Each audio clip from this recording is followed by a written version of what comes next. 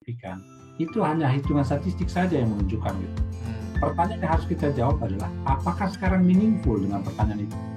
Saya diberi 100 peluru, ya, 100 peluru. Jika saya diberi 100 peluru, saya berharap nilai toleransi saya kesalahan nembak di sasaran yang tepat maksimum 5%. Oke, kesalahan. Mungkin kita balik ke itu ya, ke satu pertanyaan yang di dunia kedokteran atau di dunia kesehatan, mereka satu indikator dari penelitian itu berhasil atau terbukti hipotesis atau tidak itu berdasarkan nilai P atau orang seperti p-value. Mungkin Om Edin bisa cerita sebenarnya apakah betul kalau p-value kurang daripada 0,05 itu artinya ada asosiasi yang signifikan, dan apakah mungkin manfaat klinisnya apakah betul hanya sebatas itu aja, kita penelitian hanya mengejar nilai p-value, kita menambahkan jumlah besar sampel agar p-value semakin kecil, akhirnya kita sukses seperti itu atau bagaimana?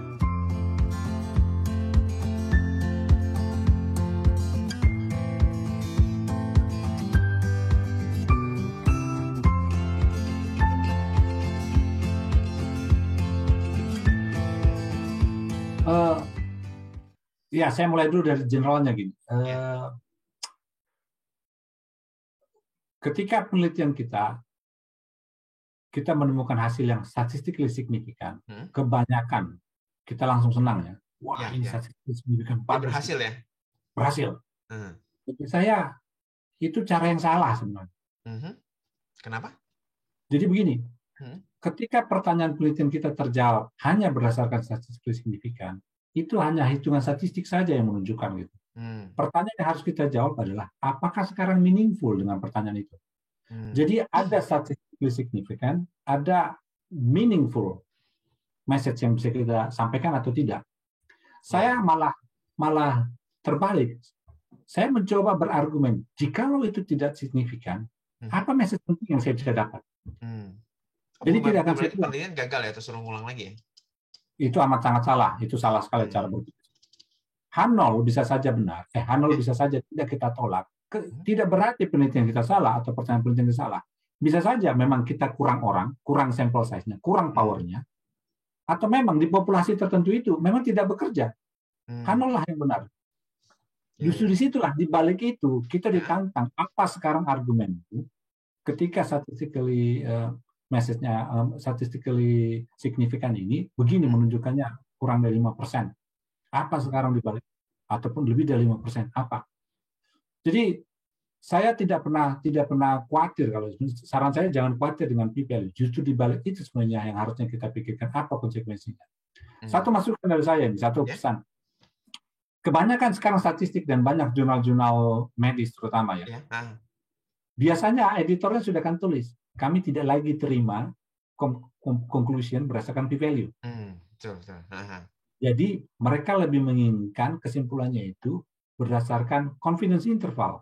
Oh, oke. Ini mungkin bisa diceritakan sedikit ya Pak, mungkin dari buat audiens yang gitu kurang itu awam, apa itu p-value, confidence interval? Oh, oke. Jadi p-value ini secara lagi saya berusaha menyampaikan bahasa karena adalah peluang kita untuk menolak null hypothesis atau hipotesis nol ya. Jadi bayangkan seperti ini. Ketika saya diberi 100 peluru, ketika saya diberi 100 peluru, saya berharap nilai toleransi saya kesalahan nembak di sasaran yang tepat maksimum 5%. Oke, kesalahan maksimum 5%. Oke. Jadi yang meleset saya tetapkan maksimum 5%. Artinya dari 100 peluru yang saya tembakkan, saya toleransikan hanya 5 yang meleset. 95 tepat di sasaran.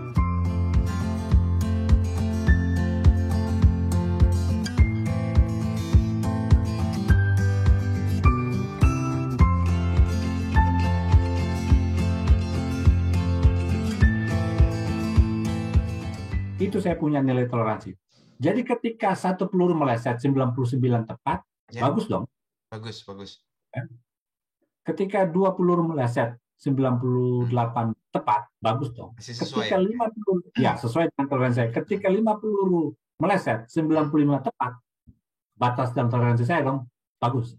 Tapi ketika sudah 6 peluru yang meleset, Sudah di luar toleransi saya dong. Berarti saya salah tetapkan itu model penelitian saya. Nah, itu dia kurang lebih bahasa sederhananya. Saya harapkan itu bahasa sederhana. Jadi cut off itu ya 50 Rui tadi ya. Biasanya untuk penelitian medis 5%. Biasanya. Kenapa kita berani 5%? Karena biasanya kita bisa kontrol ya. Sementara penelitian social science tidak jarang mereka pakai 90%. Tidak jarang. Lebih susah ya dikontrol ya. Ya, betul. Lebih susah dikontrol. Contohnya pertanyaan income. Datangnya kita sekarang ke City Center, tanya, berapa income-mu? Saya tidak yakin mereka akan menjawab even close to the true ya. Ya, menjawab benar. Apalagi kalau dari Om Edin, dari tempat pajak, orang nanya pasti jawabannya akan underestimate ya. Betul. Mereka akan turunkan sedemikian rupa. Jadi tapi kurang kalau lebih ingin memberikan bantuan keringanan atau bantuan apa, pasti cenderung menurunkan income mereka ya, supaya dapat bantuan lebih besar ya. Betul. Ngaku-ngaku orang miskin ya. Betul. Nah, sekarang statistik kayaknya mulai dari tahun 2000, saya kalau tidak salah di awal akhir tahun 2000-an atau 2010 mulai bergeser karena cenderung terlalu banyak kita berpatokan pada p-value tadi ya. Lebih baik kita siapkan confidence intervalnya saja gitu. Jadi confidence interval ini di sini. Saya balik dulu ke statistik ya. Bedanya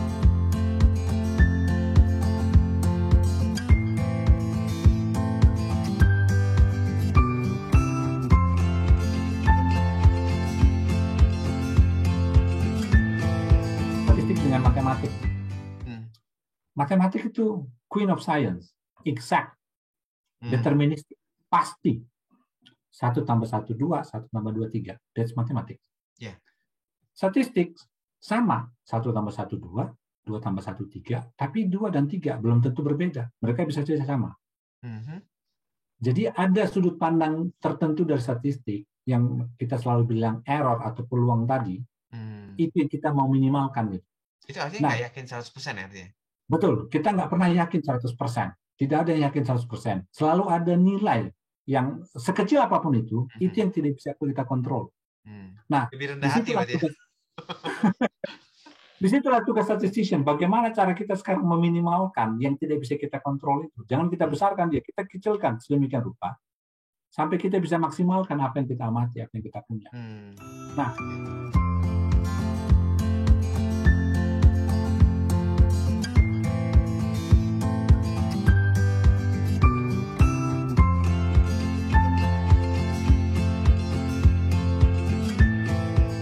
kembali ke confidence interval atau selang kepercayaan, itu dia. Saya berikan ruang, ini loh kurang lebih nilai dugaan utamanya. Ini nilai, karena tadi ya, saya tidak pernah tahu nilai yang sebenar-benarnya. True value-nya saya tidak pernah tahu. Tapi saya bisa kira-kira, di sinilah, di antara range inilah kita sebut confidence interval. Di antara nilai inilah sebenarnya, true value-nya itu akan berada. Exactly-nya saya tidak tahu. Tapi di antara ini range berarti ya, range antara yang terkecil sama yang terbesar ya. Ya. Cuma lagi-lagi kita mesti pintar bermain di range ini karena kadang-kadang kita bisa bilang saya 90% percaya kejadian ini akan terjadi, atau begini cara saya menjelaskan pada mahasiswa saya. Ada masih yang bertanya, kalau kita bisa hitung 90% confidence interval, saya percaya 90% atau saya percaya 99%. Kenapa sih tidak bisa hitung 100% confidence interval? Jawabannya begini, saya bilang. Ketika kita menghitung selang kepercayaan, bahasa Indonesianya, confidence interval, range segitu, ada harga yang tetap harus kita bayar. Harga yang kita bayar itu adalah loss atau error. Ketika kita ngambil semua 100%, loss-nya itu jadi komplit masuk. Contohnya begini.